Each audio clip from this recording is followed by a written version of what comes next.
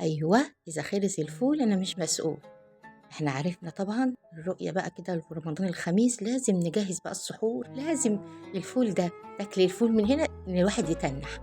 السلام عليكم ورحمة الله وبركاته. اللهم صل وسلم وبارك على سيدنا محمد وعلى آله وصحبه وسلم. تعالوا بقى نشوف طبق الفول اللي هيلازمنا إن شاء الله 30 يوم. لازم يكون كل الفول عشان الواحد يتنّح، يتنّح، مش عشان الهضم وبيقعد كتير في المعدة، لأ عشان يتنّح طول النهار. عاملين إيه؟ وحشتوني، وحشتوني، وحشتوني. يا رب اللي تحط لايك نكون صُحبة عند الرسول، يا سلام بقى لو اشتراك في القناة، نكون صُحبة جميعًا عند رسول الله صلى الله عليه وسلم هذا العام.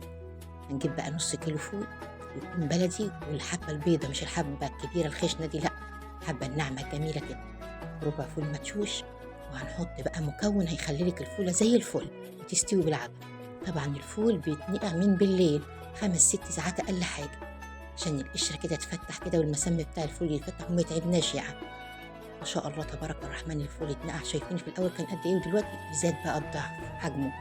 معانا بقى الفول المدشوش ومعانا بقى شوية عدس حلوين محترمين، جزراية يا أختي يلا شايفين إيدي، جزراية وليمونتين والفول المدشوش، وبقى إيه شوية غلة الحبة الكاملة اللي هو بنعمل منه الدقيق المصري، وشوية عدس محترمين. أهم حاجة نغسل الفول ونشطفه كم مرة، علشان كده المواد اللي بتبقى فيه كده اللي بتجيب المغص والانتفاخات ديت ما تجيش.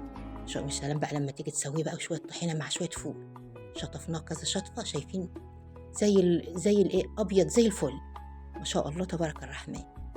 هنحط بقى الفول بقى بتاعنا على البوتاجاز بعد ما نقعاه، شايفين الجمال.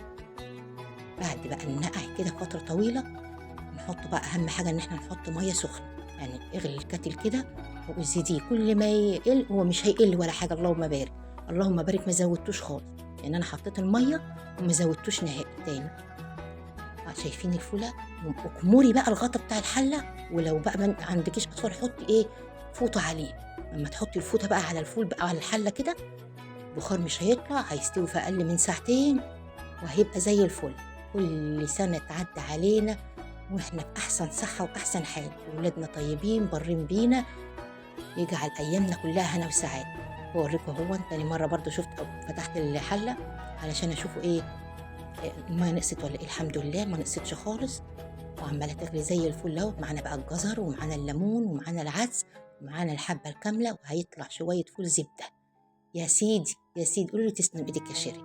وعملنا شوية طحينة غرام وانتقام، شوية الطحينة في البيت دي كوباية سمسم يا بنات، كوباية سمسم واحدة ومعلقة دقيق، وحطيت 3 معالق زيت في الآخر بعد ما ضربتهم.